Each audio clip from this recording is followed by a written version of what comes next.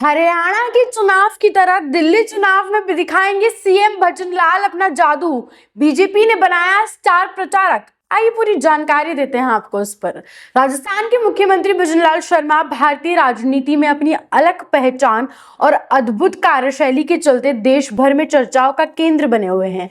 Bharatiya Janata party ने उन्हें दिल्ली विधानसभा चुनाव के लिए स्टार प्रचारकों की सूची में शामिल किया है। ये कदम न केवल उनकी लोकप्रियता को दर्शाता है बल्कि ये भी साफ करता है कि पार्टी ने उनकी चुनावी रणनीतियों और भाषण कला पर पूरा भरोसा जताया है। दरअसल हाल ही में बीजेपी ने दिल्ली विधानसभा चुनाव के लिए 40 स्टार प्रचारकों की सूची जारी की है, जिसमें प्रधानमंत्री नरेंद्र मोदी, गृह मंत्री अमित शाह और कई अन्य दिग्गज नेताओं के साथ राजस्थान के मुख्यमंत्री भजनलाल शर्मा को भी जगह दी गई है। भजनलाल शर्मा का कद बीजेपी में लगातार बढ़ रहा है।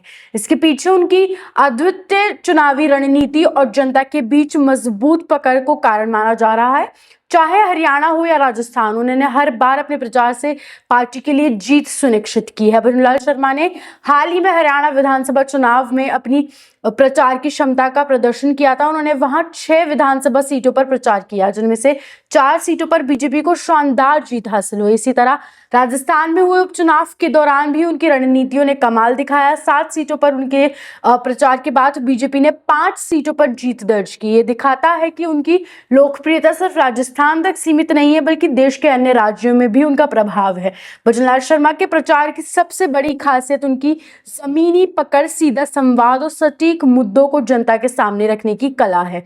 उनके भाषणों में एक ऐसा प्रभाव होता है जो जनता को आकर्षित करता है। दिल्ली जैसे राज्य में जहां बीजेपी के सामने आम आदमी पार्टी एक बड़ी चुनौती है, भजनलाल शर्मा जैसे नेता का प्रचार निश्चित रूप से गेम चेंजर साबित हो सकता है। भजनलाल शर्मा न केवल पार्टी की नीतियों और उपलब्धियों को जनता तक पहुंचाने का काम करेंगे बल्कि दिल्ली में बीजेपी की अभियान को तेज धार देने का प्रयास करेंगे। वो उन मुद्दों को भी उठाएंगे जो सीधे दिल्ली के मतदाताओं को प्रभावित करते हैं, जैसे यमुना की सफाई, महिला सुरक्षा और रोजगार।